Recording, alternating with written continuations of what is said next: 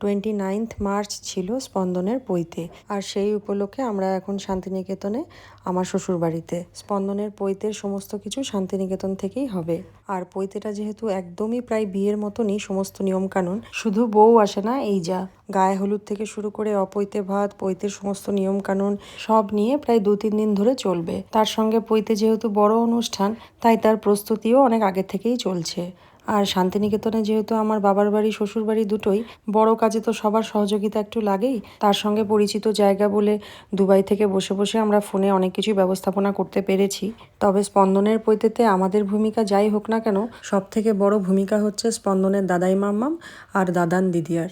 একমাত্র নাতির পৈতে বলে ওরাই সব থেকে বেশি এক্সাইটেড। 28শে মার্চ ছিল স্পন্দনের গায়ে হলুদের অনুষ্ঠান, তার জন্য সব কাজকর্ম চলছে। ওর দিদিভাই মানে আমার ভাসুরের বড় মেয়ে, ওর এখন ভাইয়ের পৈতে বলে খুব আনন্দ। কবে কি পরবে, কবে কি সাজবে, সে সব কিছু আমাকে দেখানো হয়ে গেছে। ও এখন আমাদের টুকুর টুকুর করে অনেক কাজেই হেল্প করছে। আজকে 28শে মার্চ আমাদের পরিবারে খুবই গুরুত্বপূর্ণ একটা দিন। আজকে স্পন্দনের পৈতের গায়ে হলুদ। অনেক বাধা বিপত্তি সব কিছু কাটিয়ে আজকে শুভ দিনটা এসে হাজির হয়েছে। দুবাইতে থাকাকালীন দুবাইয়ের পরিস্থিতি অনুযায়ী আমরা তো একটু চিন্তায় পড়ে গেছিলাম যে স্পন্দনের পৈতের দিন তো ঠিক হয়ে গেছে, সবাইকে নেমন্তন্নও করা হয়ে গেছে, ফটোগ্রাফার, ক্যাটারার সব কিছু রেডি, কিন্তু আমরা ঠিক সময়ে পৌঁছাতে পারবো তো, নাকি পৈতের দিনটাই পিছিয়ে দেব, এই নিয়ে তো বাড়ির সবাই প্রচুর চিন্তায় ছিলাম। আর যে কোনো শুভ কাজেই দেখেছি কিছু না কিছু বাধা তো আসেই। তারপর আমরা যখন প্রথম দিল্লিতে পৌঁছালাম তখন আমাদের তো একটা স্বস্তি হচ্ছিলই, তার সঙ্গে বাড়িতে যখন খবরটা দিলাম তখন বাড়ির লোকজনও একটু শান্তি পেল আর কি। কারণ একবার যখন দিল্লি পৌঁছাতে পেরেছি তখন শান্তিনিকেতনও আরামসে পৌঁছে যাব। যাই হোক, আজকে বাড়ির সবাই ভোর ভোর উঠে গেছে, কারণ আজকে কিছু পৈতের আচার অনুষ্ঠান আছে। একে একে সবাই আসতে শুরু করবেন যারা নিমন্ত্রিত। এদিকে স্পন্দনও ধুতি পরে রেডি। এরকম ধুতি খুব একটা তো পরে না, সেজন্য ওর একটু অস্বস্তিই হচ্ছে। সত্যি দেখতে দেখতে দিনগুলো কেমন যেন পেরিয়ে যায়, মনে হচ্ছে এই তো ওর কিছুদিন আগে অন্নপ্রাশন হলো। দেখতে দেখতে বছরগুলো কিভাবে পেরিয়ে যাচ্ছে, আবার পৈতের দিনও চলে এলো। ওর পৈতেটা আমরা 11 বছরে দিচ্ছি। 11 বছর বলতে 10+ চলছে ওর এখন, মানে এই বছর অক্টোবর এলে ওর পুরোপুরি 11 বছর পূর্ণ হবে। পৈতে তো বিজোর বয়সে হয়, মানে 9, 11, 13 এরকমভাবে। এদিকে শাশুড়ি মা পায়েস রান্না করছেন। আজকে স্পন্দন অপৈতে ভাত খাবে, তখন এই পায়েসটা ও খাবে। তবে এই পায়েসটা কিন্তু আবার আমাদের বাড়ির নিয়ম অনুযায়ী মা খেতে পাবে না, মানে আমার খাওয়া যাবে না আর কি। বাড়িতে আরও যারা সদভাড়া থাকবেন, মানে ওর কাজ করবেন, তারা এই পায়েসটা খাবেন। এদিকে আমার বাবা, ভাইয়ের বউ, ভাইয়ের শাশুড়ি মা, আমার মা সবাই একে একে আসতে শুরু করেছেন। আমার ভাইয়ের শ্বশুরবাড়িও শান্তিনিকেতনে।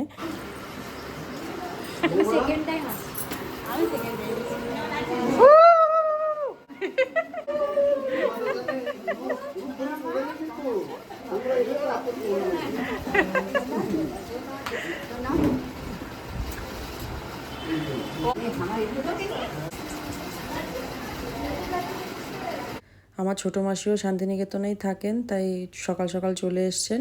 আরও সব পাড়ার জেঠিমা কাকিমারা যারা আছেন তারাও সবাই একে একে আসছেন। এদিকে আমার জেঠতো দিদি, তার মেয়ে, আর এদিকে আমার ভাই। আমার এই জেঠতো দিদি হচ্ছে আমার মেজো জেঠুর ছোটো মেয়ে। আমার আর এক জেঠতো দিদির স্কুল পড়ে গেছে, সে আসতে পারেনি। তবে স্পন্দনের পৈতেতে আর একটা বড় সমস্যা যেটা দেখা দিয়েছে সেটা হচ্ছে গ্যাস সিলিন্ডার। সেই নিয়ে তো আমাদের আরও এক বড় টেনশন। বাড়িতে একটা বড় অনুষ্ঠান হলে রান্নাবান্নার একটা ব্যাপার তো থাকেই, আর এই সিলিন্ডারের সমস্যাটা যে শুধু আমাদের পরিবারে হয়েছে তা তো নয়, সব জায়গাতেই যেহেতু চলছে, যে কারণে মিষ্টির দোকানে অর্ডার নিচ্ছে না, ক্যাটারাররাও লিমিটেড অর্ডার নিচ্ছে। বেশি অর্ডার নিলে ওরাও রান্না ঠিকঠাক করে সাপ্লাই দিতে পারবে না, সেজন্য ওরাও অর্ডার নিতে চাইছে না। সে এক বড় সমস্যার মধ্যে পড়েছি আমরা। এবারে নেমন্তন্ন করতে বসলে তো লোকজন বাড়তেই থাকে, কারণ কাকে বাদ দেবো, কাকে বলবো, এরকম একটা চলতেই থাকে। তো আজকে টিফিনের ব্যবস্থা করা হয়েছে অন্য একটা জায়গা থেকে, আজকে লাঞ্চের ব্যবস্থা করা হয়েছে অন্য একটা ক্যাটারারের কাছ থেকে, আবার কালকে পৈতের যে অনুষ্ঠানটা হবে সেখানে আবার অন্য এক ক্যাটারার করবে। তাই এইভাবে ভাগ করে করে সব কিছু অ্যারেঞ্জ করা হয়েছে। তো স্পন্দনের পৈতেতে এই গ্যাস সিলিন্ডার কিন্তু আমাদের বেশ একটা দুশ্চিন্তার কারণ হয়ে দাঁড়িয়েছিল। এখন চলছে সধবাদের আলতা পরানোর কাজ। পৈতেটা যেহেতু একটা মাঙ্গলিক অনুষ্ঠান, আর এই মাঙ্গলিক অনুষ্ঠানে সানাইয়ের সুরটাকে মাঙ্গলিক সুর বা শুভ বলে ভাবা হয়। অনেকেই ভাবেন যে সানাই মানেই শুধু বিয়েতেই বাজবে, এমনটা কিন্তু নয়।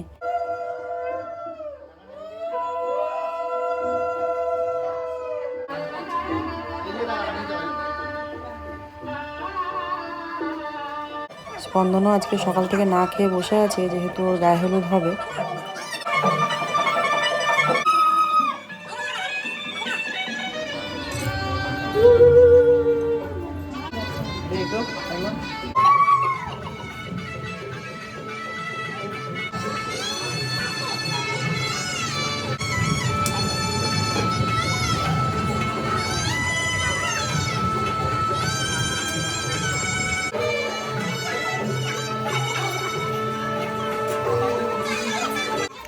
আলতা পরানোর পর্ব শেষ হলে শুরু হবে স্পন্দনের খোলাই ধানের অনুষ্ঠান। ভিডিওটা বড় হয়ে যাবে বলে খোলাই ধানের অনুষ্ঠানটা আমি অন্য আরেকটা ভিডিওতে দেখাবো।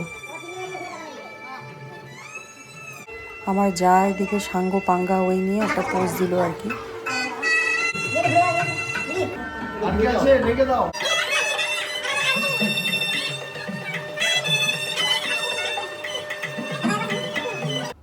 এনারা সব আমাদের আশেপাশের প্রতিবেশী কাকিমা দিদি, এরা